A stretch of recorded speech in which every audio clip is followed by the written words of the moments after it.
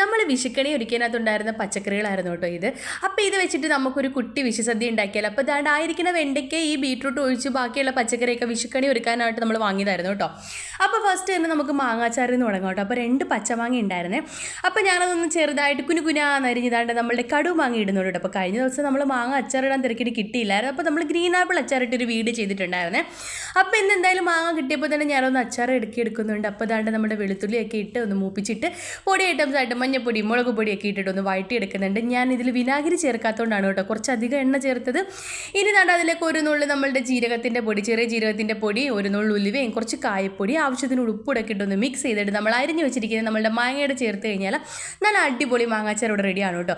അപ്പോൾ ഇത് കുറച്ച് ക്വാണ്ടിറ്റി ഉള്ളതുകൊണ്ടാണ് കേട്ടോ ഞാനിതിൽ വിനാഗിരി ചേർക്കാത്തത്. ഇതൊക്കെ പെട്ടെന്ന് തീരും, 2 ദിവസത്തെ കാര്യമുള്ളൂ, അതിന് മുന്നേ ഇത് തീരും കേട്ടോ. അപ്പോൾ അതുകൊണ്ടാണ് ഞാൻ വിനാഗിരി ചേർക്കാഞ്ഞ്. അപ്പോൾ എന്തായാലും ഞാൻ അച്ചാറൊക്കെ ഒന്ന് മാറ്റി വെച്ചിട്ട് അതേ പാനിലേക്ക് തന്നെ നൊടിയിടയിൽ റെഡിയാക്കി എടുക്കുന്ന ഒരു പച്ചടി ഉണ്ടാക്കിയെടുക്കാം കേട്ടോ. ഒരു ബീട്രൂട്ട് പച്ചടിയാണ്.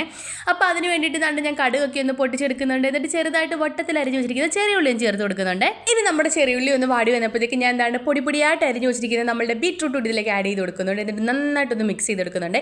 ഇനി ഉപ്പൂടിയൊക്കെ ഇട്ടിട്ട് നന്നായിട്ടൊന്ന് വഴറ്റിയെടുക്കാം കേട്ടോ. ഇതൊന്ന് വഴണ്ട് വന്നിട്ട് നമുക്ക് ഫ്ലെയിം ഓഫ് ചെയ്തിട്ട് ഇതൊന്ന് തണുത്തിട്ടാണ് കേട്ടോ തൈര് ചേർത്ത് കൊടുക്കേണ്ടത്. ശരിക്കും ഞാൻ എൻ്റെ വീട്ടിൽ തേങ്ങയൊക്കെ ചേർത്തിട്ടാണ് കേട്ടോ ഈ ഒരു പച്ചടി ഉണ്ടാക്കുന്നത്. പക്ഷേ ഞാൻ കല്യാണം കഴിഞ്ഞ് ഹസ്ബൻഡിൻ്റെ വീട്ടിൽ വന്നപ്പോൾ അവിടെ അമ്മ ഉണ്ടാക്കുന്ന ഒരു റെസിപ്പിയാണ് കേട്ടോ ഇത്. അപ്പോൾ അങ്ങനെ എനിക്ക് കിട്ടിയതാണ്. അപ്പോൾ വളരെ എളുപ്പത്തിൽ നമുക്ക് അത്യാവശ്യം നല്ല ടേസ്റ്റ് ഉണ്ടാക്കിയെടുക്കാൻ പറ്റുന്നൊരു പച്ചടിയാണ് കേട്ടോ. അപ്പോൾ അതുകൊണ്ട് ഞാൻ എപ്പോൾ സദ്യ ഉണ്ടാക്കിയാലും ഇത് അതിലുണ്ടാവാറുണ്ട്. അപ്പോൾ നമ്മുടെ നൊടിയിടയിൽ റെഡിയാവുന്ന പച്ചടി ഇവിടെ റെഡി ആയിട്ടുണ്ടെങ്കിൽ നമുക്ക് കുറച്ച് വിപുലമായിട്ട് വെക്കുന്ന ഒരു വെള്ളരിക്ക പച്ചടി അങ്ങ് റെഡിയാക്കി എടുക്കട്ടെ. അപ്പോൾ അതിന് വേണ്ടിയിട്ട് ഞാൻ അതേ പാൻ തന്നെ കഴുകി വൃത്തിയാക്കി എടുത്തിട്ട് കടുകൊക്കെ പൊടിച്ചെടുത്തിട്ട് സെയിം നമ്മൾ നേരത്തെ ചെയ്ത പ്രോസസ്സ് തന്നെ കേട്ടോ. കുറച്ച് ചെറിയ ഉള്ളി ചെറുതായിട്ട് അരിഞ്ഞിട്ട് വട്ടത്തിൽ അരിഞ്ഞിട്ട് അതൊന്ന് മൂപ്പിച്ചെടുക്കുന്നുണ്ട് കേട്ടോ. ഇനി നമ്മൾ കുനുകുനാന്ന് അരിഞ്ഞ് വെച്ചിരിക്കുന്ന നമ്മളുടെ വെള്ളരിക്ക അങ്ങോട്ട് ഇട്ട് കൊടുക്കുക. കുറച്ച് ഉപ്പൂടി ഇട്ടിട്ട് നമുക്കൊന്ന് അടച്ച് വെച്ച് വേവിക്കാം കേട്ടോ. ഇനി നമുക്ക് ഇത് വെന്ത് വരുന്ന ഒരു സമയം കൊണ്ട് ഞാൻ തൊട്ടടുത്ത അടുപ്പിലേക്ക് ഒരു പാനിൽ നമ്മളുടെ പരിപ്പ് കറിക്ക് വേണ്ട ചെറുപയർ ഒന്ന് മൂപ്പിച്ചെടുക്കുന്നുണ്ട് കേട്ടോ. അപ്പോൾ അതൊന്ന് വറുത്ത് അങ്ങോട്ട് മാറ്റി വെച്ച് കഴിഞ്ഞാൽ നമുക്ക് പിന്നെ ഈ ലാസ്റ്റ് പയറുകറി ഉണ്ടാക്കിയാൽ മതി അത് തണുക്കുമ്പോഴത്തേക്ക്. എന്തായാലും പച്ചടിക്ക് വേണ്ട അരപ്പ് ഞാനിവിടെ റെഡിയാക്കിയിട്ടുണ്ട്. ഒന്നുമില്ല, കുറച്ച് കടുകും ചെറിയ ജീരകവും ചുവന്നുള്ളിയും ചേർത്ത് ഒരു തേങ്ങ അരപ്പ് റെഡിയാക്കിയിട്ട് ശകലം നമ്മളുടെ കട്ടി തൈര് ഒന്ന് അടിച്ച് അതിലേക്ക് ഇട്ട് കൊടുത്തിട്ടുണ്ട് കേട്ടോ. അപ്പോഴത്തേക്ക് നമ്മളുടെ വെള്ളരിക്ക പച്ചടി ഇവിടെ റെഡി ആയിട്ടുണ്ട് കേട്ടോ. അതൊന്ന് തണുത്തപ്പോഴത്തേക്ക് ഞാനത് വേറൊരു കണ്ടെയ്നറിലേക്ക് മാറ്റി വെക്കുന്നുണ്ട്. ഇനി അതിലുണ്ടായിരുന്ന ഒരു മത്തങ്ങ ഉണ്ടായിരുന്നു കേട്ടോ. അപ്പോൾ അത് വെച്ചിട്ട് ഞാൻ ഒരു എരിശ്ശേരി ഉണ്ടാക്കി എടുക്കുന്നുണ്ട്. അതിനുവേണ്ടി ഞാൻ ആദ്യം തന്നെ വൻപയർ ഒന്ന് വേവിച്ചെടുത്തിട്ട് പിന്നെ അതിലേക്ക് ചെറുതായിട്ട് അരിഞ്ഞ് വെച്ചിരിക്കുന്ന മത്തങ്ങ ഒന്ന് ആഡ് ചെയ്ത് കൊടുക്കുന്നുണ്ട്. അപ്പോൾ അത് അവിടെ നിന്ന് വെന്ത് വരട്ടെ. ആ വെന്ത് വരുന്ന ടൈം കൊണ്ട് നമുക്ക് അതേ പാൻ, അതായത് നമ്മൾ നേരത്തെ പച്ചടി ഉണ്ടാക്കിയ പാനിലേക്ക് തന്നെ ഞാൻ വീണ്ടും ഒരു ക്യാരറ്റ് തോരൻ വെച്ചെടുക്കുന്നുണ്ട്. ഞാൻ ഈ പാനിൽ തന്നെ കുക്ക് ചെയ്യുന്നത് എന്താണെന്നറിയാമോ, നമ്മളിങ്ങനെ ഒരേ പാൻ തന്നെ നമ്മൾ ഒരു ഡിഷ് ഉണ്ടാക്കിയിട്ട് അതൊന്ന് കഴുകി ആ പാൻ പിന്നെ അടുത്ത ഡിഷിന് വേണ്ടി എടുക്കുമ്പോഴാണ് ഉണ്ടാക്കുന്നൊരു ഗുണം എന്താണെന്നറിയാമോ, നമ്മൾക്ക് ഒരുപാട് പാത്രം കഴുകേണ്ട ആവശ്യം വരുന്നില്ല കേട്ടോ. നമ്മുടെ പരിപാടിയൊക്കെ വളരെ പെട്ടെന്ന് കഴിയും, കിച്ചൺ അലങ്കോലപ്പെടുകയല്ല കേട്ടോ. അപ്പോൾ ഞാൻ നേരത്തെ വീഡിയോയിലും പറഞ്ഞിട്ടുണ്ട്, നമ്മൾ അപ്പോൾ ഓരോ ഡിഷ് ഉണ്ടാക്കിയിട്ട് അത് ഓരോ സർവിങ് ബൗളിലേക്ക് മാറ്റി വെച്ചിട്ട് അതേ പാനിൽ അടുത്ത കറി ഉണ്ടാക്കിയാൽ മതിയല്ലോ. അപ്പോൾ ജോലിഭാരം നല്ല കുറവായിരിക്കും കേട്ടോ. അപ്പോൾ എന്തായാലും നമ്മുടെ വെണ്ടയ്ക്കയല്ലോ നമ്മുടെ മത്തങ്ങയും വൻപയറൊക്കെ വെന്ത് വന്നപ്പോഴത്തേക്ക് അതിനകത്തേക്ക് ഞാൻ അരപ്പൊക്കെ ഇട്ടിട്ട് ഒന്ന് തിളപ്പിക്കാനായിട്ട് മാറ്റി വെച്ചിട്ടുണ്ട്. ഇനി ഒരു പാനിലേക്ക് ഒരു പിടി തേങ്ങ ഞാനൊന്ന് വറുത്തെടുക്കുന്നുണ്ട് കേട്ടോ. അപ്പോൾ അത് നല്ലൊരു ഗോൾഡൻ ബ്രൗൺ ഒക്കെ ആയി വന്നപ്പോഴത്തേക്ക് ഞാനത് മാറ്റിയെടുത്തിട്ട് അതേ പാനിലേക്ക് തന്നെ നെയ്യോ വെളിച്ചെണ്ണ ഒഴിച്ചു കൊടുക്കാം കേട്ടോ. ശരിക്കും ഞാൻ നെയ്യാണ് എപ്പോഴും ചേർക്കാറ്, ഇപ്പോൾ ഓർക്കാതെ കുറച്ച് വെളിച്ചെണ്ണ ഒഴിച്ചു പോയി. സാരമില്ല. അപ്പോൾ അതൊന്ന് കടുവൊക്കെ വറുത്തിട്ട് അതിലേക്ക് ചെറുതായിട്ട് എറിഞ്ഞ് വെച്ചിരിക്കുന്ന തേങ്ങാക്കൊത്ത് ഞാൻ ആഡ് ചെയ്ത് കൊടുക്കുന്നുണ്ട്. അപ്പോൾ ഇതൊന്ന് നന്നായിട്ട് മൂത്ത് വന്നപ്പോഴത്തേക്ക് സ്ലൈസ് ചെയ്ത് വെച്ചിരിക്കുന്ന ഒരു സവോളയുടെ ഞാൻ ആഡ് ചെയ്ത് കൊടുക്കുന്നുണ്ട്, ഒരു 3-4 പച്ചമുളക് കൂടി. ഇനി ഇതെല്ലാം ഒന്ന് നന്നായിട്ട് വാടി വരട്ടെ, കുറച്ച് ഉപ്പൂടി ഇട്ട് കൊടുക്കാം കേട്ടോ. അപ്പോൾ അതൊന്ന് വാടി വന്നപ്പോഴത്തേക്ക് ഞാൻ ഒരു തക്കാളിയുടെ ഇട്ട് കൊടുക്കുന്നുണ്ട് കേട്ടോ. ഇനി ഇതെല്ലാം കൂടി നന്നായിട്ട് ഏകദേശം ഈ ഒരു പരുവത്തിലൊന്ന് വാടി വന്നപ്പോഴത്തേക്ക് നമ്മൾ നേരത്തെ ഉടച്ച് വെച്ചിരിക്കുന്ന നമ്മളുടെ മത്തങ്ങയും വൻപയറൂടെ ഇതിലേക്ക് ഞാൻ ആഡ് ചെയ്ത് കൊടുക്കുന്നുണ്ട്.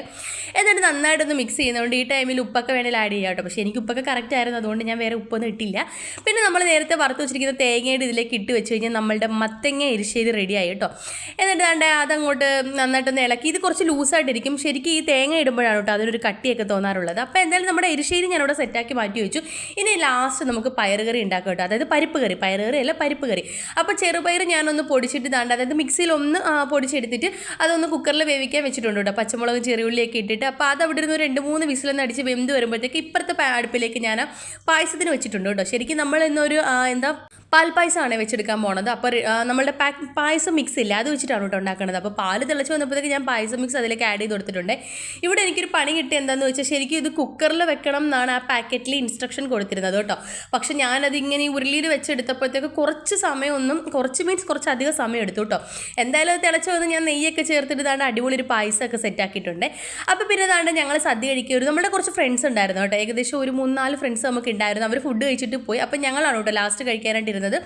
അപ്പം ഞങ്ങൾ കഴിക്കാനെല്ലാം എടുത്തു വെച്ചിട്ടുണ്ട്. നമ്മളുടെ മാങ്ങാച്ചാറും 2 തരം പച്ചടിയും നമ്മളുടെ ക്യാരറ്റ് തോരനും പിന്നെന്താ നമ്മളുടെ എരിശ്ശേരി, മത്തങ്ങ എരിശ്ശേരിയും ചോറും പരിപ്പും പപ്പടമൊക്കെ കൂട്ടി ഒരു പിടി. പിന്നെ ഇത് എനിക്ക് ഭയങ്കര സന്തോഷത്തിൽ ഞാൻ കുക്ക് ചെയ്ത ഒരു സദ്യ ആയിരുന്നു കേട്ടോ ഇത്. കാരണം എന്ന് വെച്ച് കഴിഞ്ഞാൽ ഇത് ശരിക്കും പാത്രം നിറഞ്ഞോ കണ്ണ് നിറഞ്ഞോ ഒന്നും അല്ല കേട്ടോ കുക്ക് ചെയ്തത്.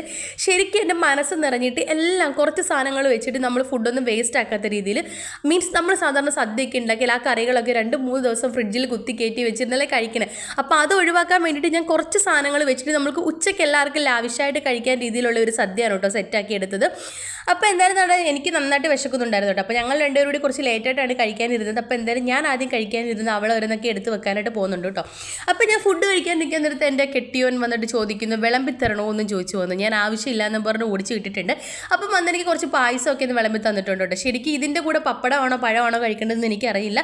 പക്ഷെ ഒന്ന് കഴിക്കാനൊരു മൂഡില്ലായിരുന്നു. ഞാൻ ഫുഡൊക്കെ കഴിച്ചിട്ട് വളരെ സന്തോഷകരമായിട്ടൊരു ചെറിയ വലിയ വിഷു ആഘോഷം. അപ്പോൾ അത്രയേ ഉള്ളൂ. ഇനി ഒരു വീഡിയോയിൽ കാണുന്നവരെ ടാറ്റാ ബൈ ബൈ.